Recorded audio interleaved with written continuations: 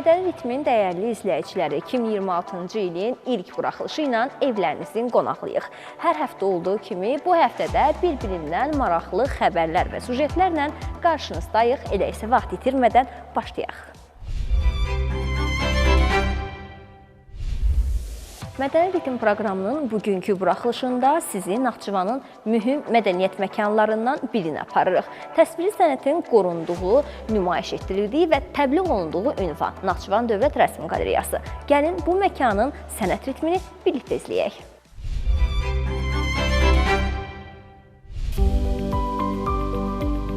Muxtar Respublikada fəaliyyət göstərən Naxçıvan Dövlət Rəsm Qalereyası təsviri sənətin nümayişi və təbliği baxımından mühüm mədəniyyət ocaqlarından biridir. Qalereyada Azərbaycan təsviri sənətinin tanınmış nümayəndələrinin əsərləri qorunur və nümayiş olunur. 1981-ci ildən fəaliyyət göstərir Naxçıvan Dövlət Rəsm Qalereyası. Heç də təsadüf deyil ki, qalereya Azərbaycanda ilk yaranan 5 qalereyadan biri olmuşdu.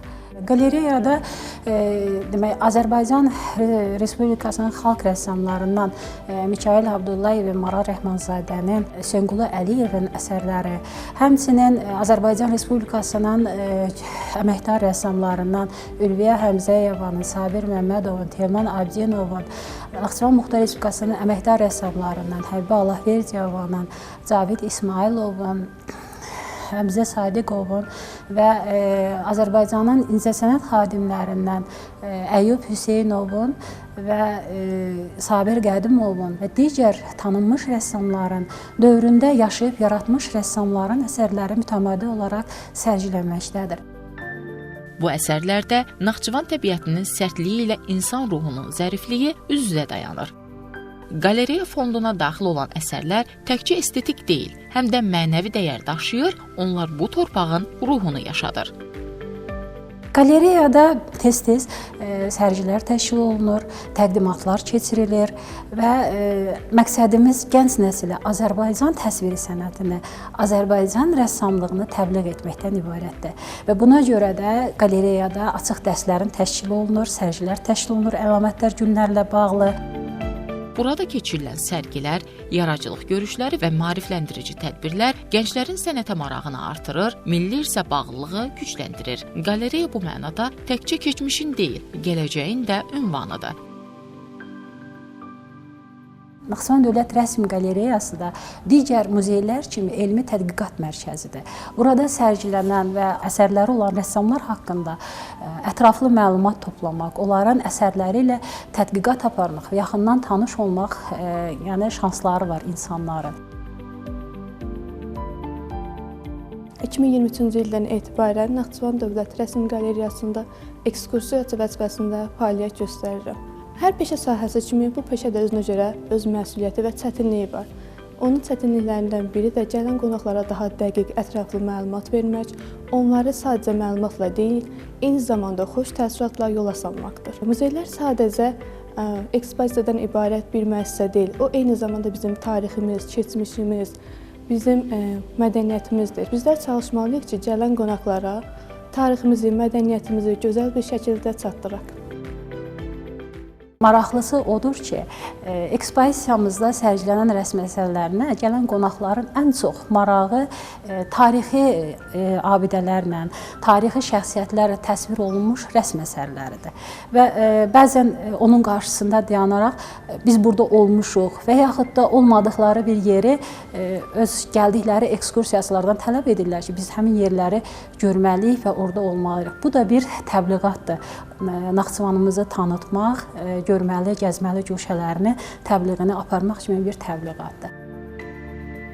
Bu məkandan çıxarkən insan bir daha anlayır. Sənət susmur. O, rənglərlə danışır, baxışlarla yol göstərir. Naxçıvan Dövlət Rəsm Qalereyası isə bu səssiz danışığın ən aydın ünvanlarından biridir.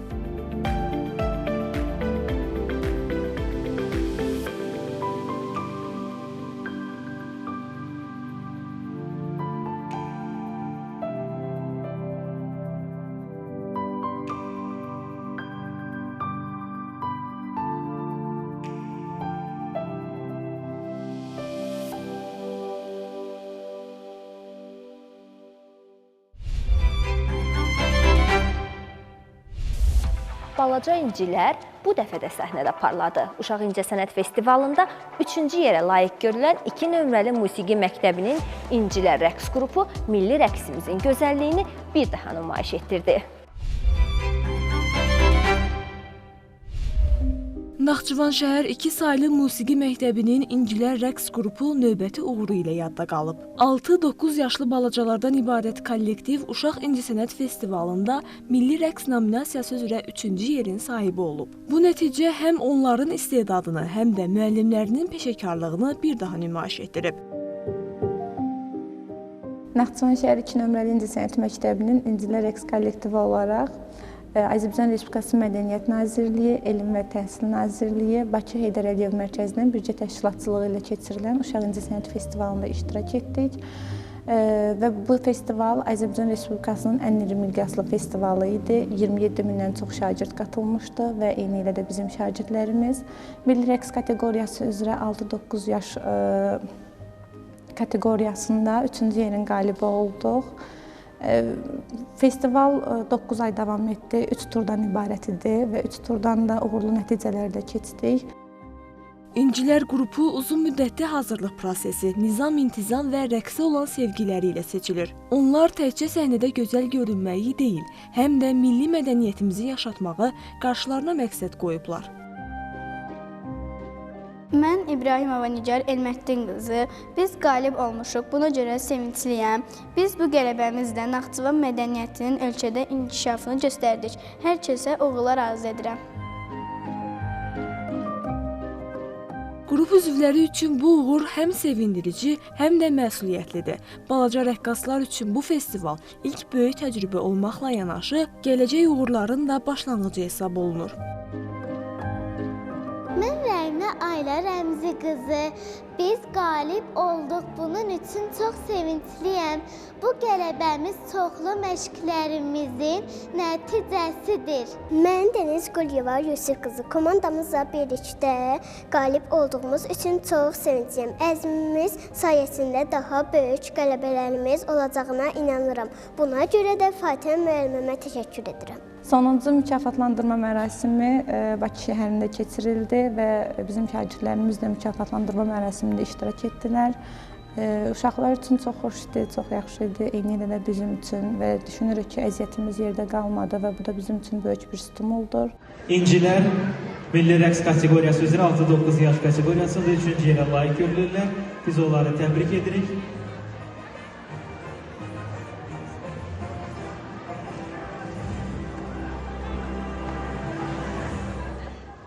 Bizim İncilər rəqs kollektivi olaraq daha böyük uğurlarımız olacaq və qeyd etmək istəyirəm ki, bu bizim İncəsənət Festivalında ilk uğurumuz deyildi. 2023-cü ildə 1-ci Uşaq İncəsənət Festivalına da qatılmışdıq. O zaman 3 kateqoriya üzrə 3 yerin qalibi olmuşduq biz. İnanıram ki, növbəti 3-cü, 4-cü, 5-ci İncəsənət festivallarında yenə də Naxçıvan Muxtar Respublikasının balaca inciləri qalib olacaqlar. İncilər qrupu bu nəticə ilə kifayətlənməyərək daha da irəli getmək, ölkə daxilində və xaricdə keçirilən digər tədbirlərdə də Azərbaycan rəqs sənətini layiqincə təmsil etmək niyyətindədirlər.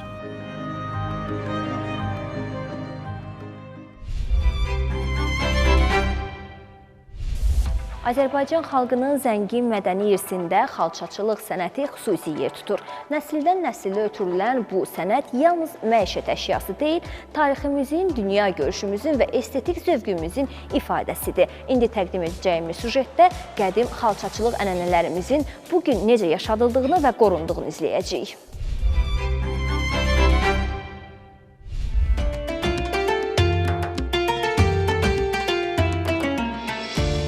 Xalçaçılıq sənəti xalqımızın tarixini, mədəniyyətini və dünya görüşünü özündə yaşadan ən qədim sənət sahələrindən biridir. Bu sənət təkcə məişət əşyası hazırlamaq deyil, həm də yaddaşımızı toxumaqdır. Hər bir naxış, hər bir rəng dərin məna daşıyır və bu simvollar vasitəsilə nəsillər arasında mədəni bağlar qurulur. Qədim xalçaçılıq ənənələrinin bu gün də qorunub saxlanılması üçün müxtəlif layihələr həyata keçirilir. Dövlət dəstəyi ilə xalçaçılıq məktəbləri fəaliyyət göstərir, sənətkarlar xalçaçılıq kursları təşkil olunur. Həmçinin gənclər arasında bu sahəyə marağın artırılması üçün maarifləndirici işlər aparılır. Xalçaçılıq ümumilikdə əvvəli evlərimizdən, ocaqlarımızdan başlayan, amma bu gün emalatxana, ali məktəb çərçivəsində davam edən bir xalçaçılıq sənətidir. Xalçaçılıq sənəti tək bizim məişət əşyamız deyil, o bizim ümumiyyətlə milli mənəvi dəyərlərimizi özündə saxlayan, adət-ənənələrimizi qoruyan və hər şeydən də əvvəl bir tariximizi özündə saxlayan bir sənətimizdir.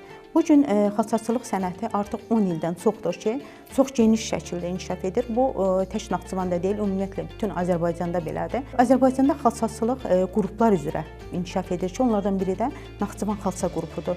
Naxçıvan xalça qrupu o qruplar içərisində Qarabağ xalça qrupunun bir qolu olaraq çox geniş şəkildə inkişaf edir və bu da milli mənəvi dəyərlərin bizdə qorunması, adət-ənənələrin saxlanması deməkdir. Xalçaçılıq Azərbaycanda nəsildən nəsilə ötürülən bir mirasdır. Qədim dövrlərdə ailələrin ən qiymətli sərvəti olan xalçalar həm də qızlara cehiz kimi toxunurdu. Onlar yalnız ev əşyası deyil, bir ailənin hekayəsini daşıyan sənət nümunəsi sayılırdı. Həmin ənənələr bu gün də qorunur və yaşadılır. 10 ilə yaxındır ki, bu sənət yenidən inkişaf dövrünə başladı. Bunun da səbəbi bizim gənclərimizə öyrədilməsindən başladı. Çünki əgər bu gün nənələrimizdən bizə miras qalıb, bugünkü nəsil kimi biz onu işləyib, bu gün yaşada biliriksə, biz də gələcək nəslə bunu çatdırmalıyıq ki, onlar da gələcək nəslə bunu apara bilsinlər. Bunun da əsasən qorunmasında, saxlanmasında, inkişaf etdirilməsində birinci rolumuz gənclərə öyrədilməsidir. Sevindirici haldır ki, bu gün gənclər onu öyrənirsə, toxuyursa, demək gələcəkdə artıq qoruyucu rol oynayırlar ki, bu sənət artıq onların əlində olacaqdır. Xalçaya marağım daha çox xalça dərslərindən yarandı. Biz xalça dərslərində xalçanın tarixini, xalça necə toxunur, xalçada var olan iplərin, rənglərinin necə yarandığını öyrənirik. Mən əvvəllər xalçalara baxırdım, deyirdim ki, bu xalçalar necə toxunub, necə bu naxışlar yaranıb, bu naxışları necə toxuyublar. Bu xalçanı toxuduqdan sonra gördüm ki, bu xalça toxumaq daha çox səbr tələb edir. Yəni, çox maraqlıdır, amma səbir tələb edən bir işdir. Xalça dərslərində toxuduğum xalçalardan 4-5 ədəd xalça toxuyub ərsəyə gətirmişəm. Xalçaçılığın yaşadılması təkcə keçmişə sədaqət deyil, həm də gələcəyə bir körpüdür. Bu sənəti sevən, onu öyrənən və yaşadan hər bir insan, istər ustad, istər tələbə, milli kimliyimizin qoruyucusuna çevrilir. Çünki xalça təkcə evimizi yox, mədəniyyətimizi də bəzəyir.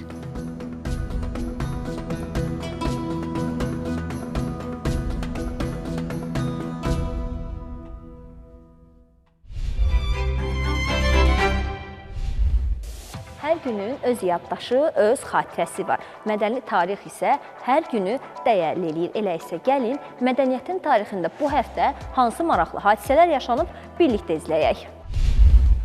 Bəs ayağı üstə niyə durmusunuz? Əyləşin, əyləşin. Gəl otur oğlum, gəl. Bu saat mən sizin üçün çay hazırlayım, oturun.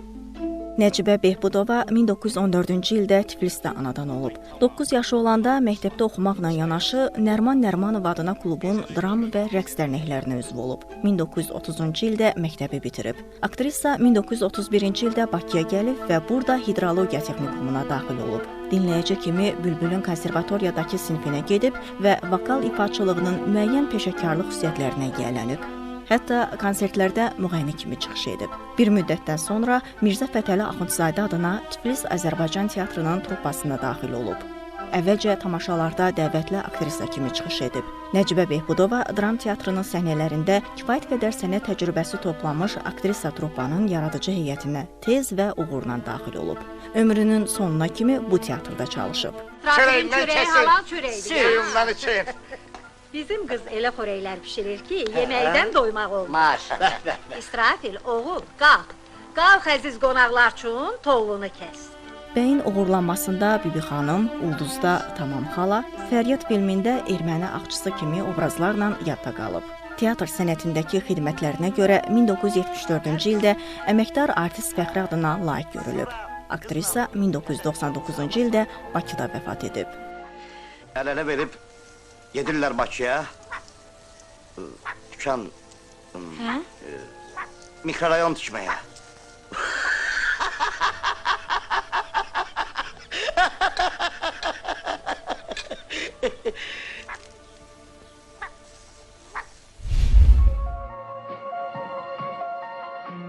Rafael Dadaşov 1946-cı ildə Zaqatalada doğulub. O, 1972-ci ildə Azərbaycan Dövlət İncəsənət İnstitutunu bitirib.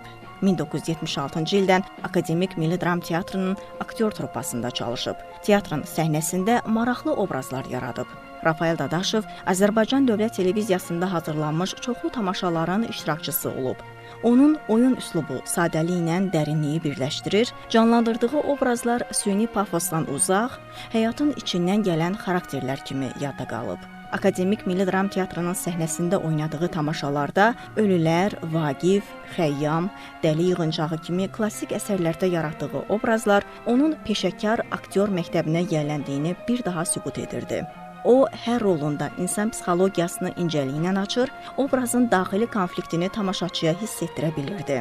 Aktyorun zəngin səhnə həyatı olsa da, kino həyatı o qədər də geniş olmayıb. Karyerası boyu Var olun qızlar, Yarımçıq qalmış Serenada, Bəxt üzüyü, Mənim ağ şəhərim, Qaynana filmlərinə çəkilib.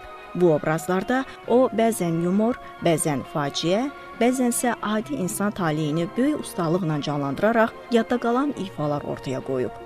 Xalq artisti 2020-ci ildə Bakı şəhərində vəfat edib.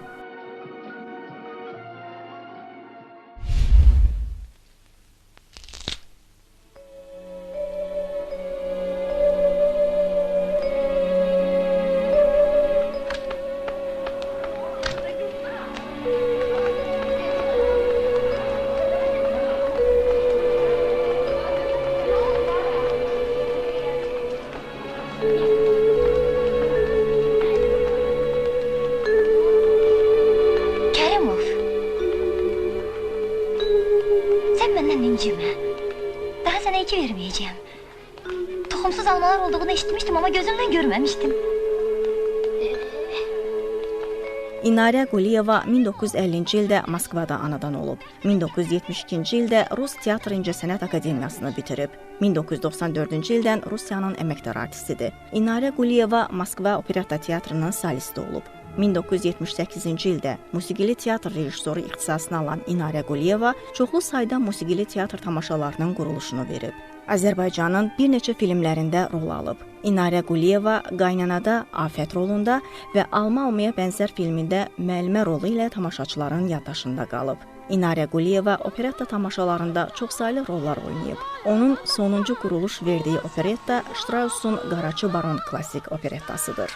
Güzel hayat seven duyan ürəkdir, Mənim eşqim ən zərif bir çiçəkdir, Solmaz qardan, yağışdan, keçər qayadan, daşdan, Solar səhvir baxışdan.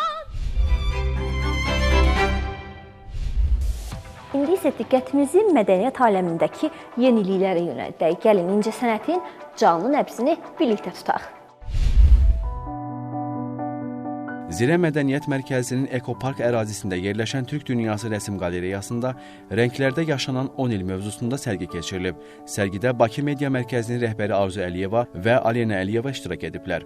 Mərkəzin 10 illik yubileyi ərəfəsində təşkil olunan sərgidə 6-30 yaş arası tələbə rəssamların və müəllim heyətinin rəssamlığın rəngarəng texnikalarından istifadə edərək hazırladıkları əl işləri nümayiş etdirilib. Gənc rəssamların rəngkarlıq, heykəltaraşlıq, taxta üzərində yandırma, quilling art, batika, ebro, alkohol ink, qrafika, word art, mixed media art kimi müxtəlif mövzularda hazırlanmış işləri böyük maraqla qarşılanıb.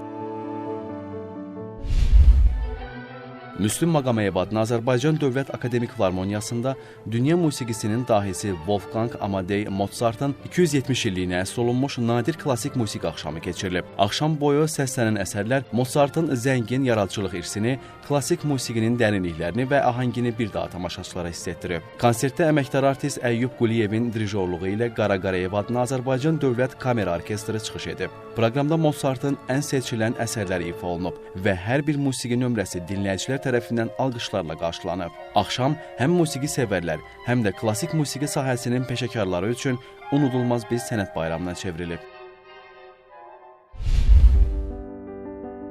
Azərbaycan Dövlət Akademik Musiqili Teatrında fransız yazıçısı Antoine de Saint-Exupéry'nin məşhur Balaca Şahzadə əsəri nümayiş olunub. Yenilənən heyətlə göstərilən səhnə əsərinə yeni personajlar da daxil olub. Yazıcı dramaturq İlqar Fəhminin səhnələşdirdiyi tamaşanın quruluşçu rejissoru, xalq artisti Cənnət Səlimova, bəstəkarı Ruslan Ağababəyevdir. Əsərin sujet xətti qəhrəmanın müxtəlif planetlərə səyahətləri üzərində qurulub. Əyləncə və macəra dolu tamaşa dostluq, sevgi, səmimiyyət və insan ruhunun saflığı kimi dəyərləri simvolik şəkildə tərənnüm edir.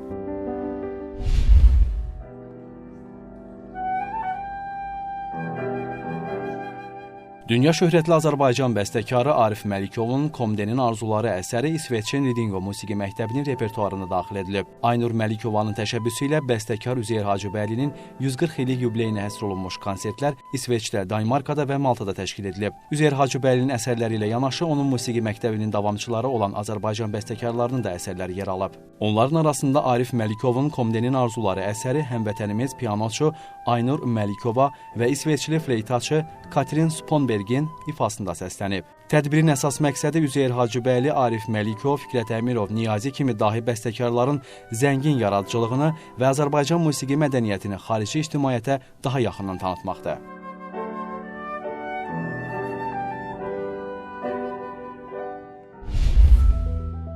ABŞ-nin Kaliforniya ştatının Los Angeles şəhərindəki Hollywood bölgəsində Azərbaycanlı rəssam Nazim Hacıyevin əsərlərindən ibarət daimi vernisaj açılıb.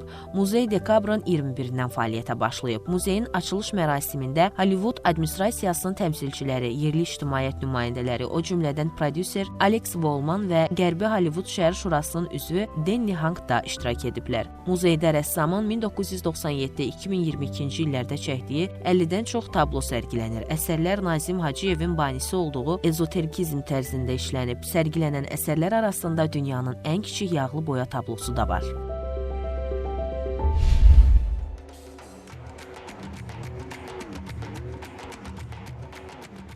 İstanbulda Dünya Azərbaycanlılarının Həmrəylik günü münasibəti ilə Natiq Ritim qrupunun solo konserti keçirilib. Azərbaycanın İstanbuldakı baş konsulluğu tərəfindən SOCAR-ın dəstəyi ilə təşkil edilən konsert xalq artisti Natiq Şirinovun rəhbərliyi ilə baş tutub.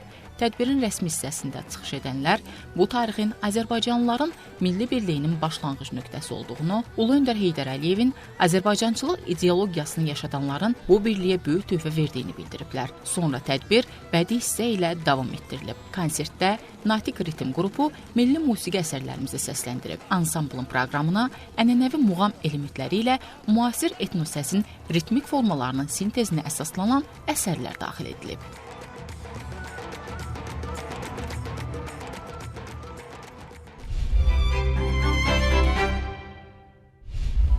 Əziz tamaşaçılar, bu həftəlik bizdən bu qədər. Siz isə unutmayın ki, mədəniyyət insanın ruhunun aynasıdır. Ona hər baxanda özümüzü görürük. Növbəti buraxılışda görüşmək ümidi ilə. Sağ olun, sağlıqla qalın.